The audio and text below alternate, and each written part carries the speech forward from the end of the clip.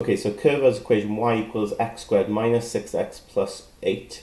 Okay, so you know that's a quadratic smiley face. So we've got then the point P on the curve has an x coordinate 3. The point Q on the curve has x coordinate 3 plus h. Okay, so think about what that reminds you of here. We've got point P here and then the point Q with it h sort of added on to the x. So we do that with differentiation from first principles, don't we? Part A then, show that the gradient of the line PQ is h. Okay, so differentiation from first principles. Okay, that's the approach clearly we need to take here. So when I do that, I sort of draw a little bit of the curve and identify my points P and my points Q. Okay, so with the point P, the x value is just 3, isn't it? Yeah. Okay, the x value is just 3. To work out the y value then, we've got to substitute that x value in, and because we've given the value here 3, we can literally sub it into our calculator. So we'll work that out. So 3 squared minus 6 times 3 plus 8. So subbing it in here will give me my y value to be minus 1. For my q value, well, the x value is 3 plus h. Okay, so I'm going to substitute that in here now. So I can't work that out on my calculator because this involves a h. So I'm going to put 3 plus h all squared. And I sub that 3 plus h in, take away 3 plus h then for the x there. Okay, and then plus 8 there. So quite a large value there for the y. Okay, so that's my q coordinate. So to get the gradient, don't forget then, in part A, the gradient of the line PQ, well, I often write it as a chord on our line, okay?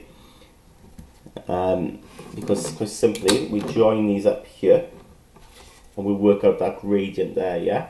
So remember, you use, quite simply there, the coordinate geometry stuff we learn on gradients, the difference in y's divided by the difference in x's.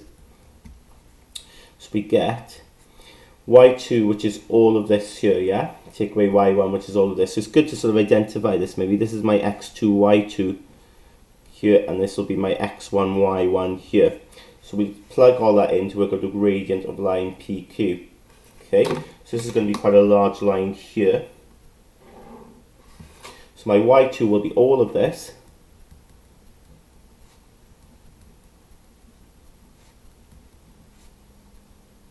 My y1 then will just be minus 1.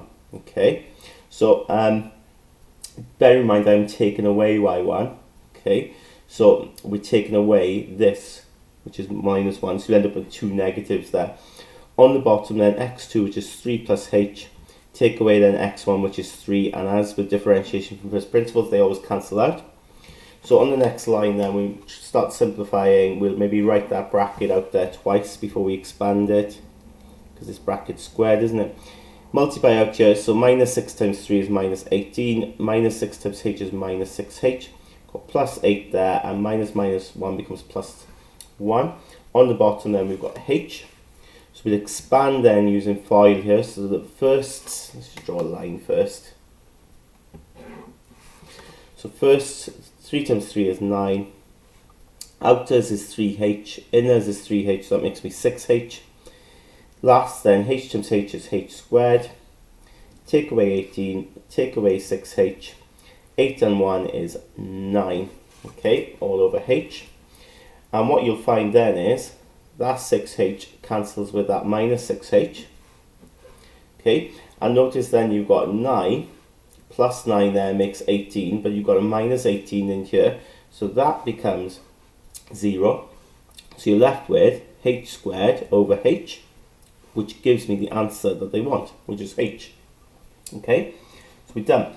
Now in part B then, it says explain how your answer to part A can be used to show that P is a stationary point on the curve. So if you remember stationary points, it's like either a maximum or a minimum.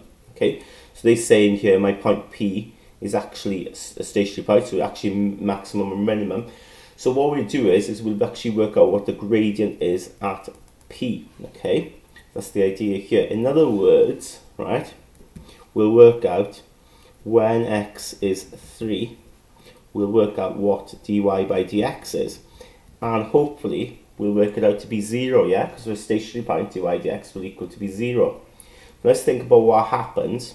Okay, I've got the gradient of the line here, PQ. If I want the actual gradient of P, if you remember, what I do is, with differentiation from first principles, I make h smaller and smaller, yeah?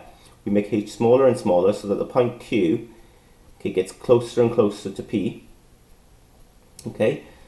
And as it gets ever so closer and closer and closer, okay, those chords there, literally then get closer and closer to the tangent of P. So you end up then with my tangent of P, and they're saying here that the tangent of P is actually stationary. It's actually going to be flat because you've got a 0 gradient then, yeah? Okay, so that will home in on that. So what we're saying is, look, let h go to 0, yeah? Like differentiation from first principles, as we do that, so we say dy dx is the limit as h goes to 0 of the gradient of the line PQ. And of course, as we let the limit of h go to 0 of what we've got here, which is h, the answer will just become 0, of course. And we can say then, since dy dx is equal to 0, we have a stationary point.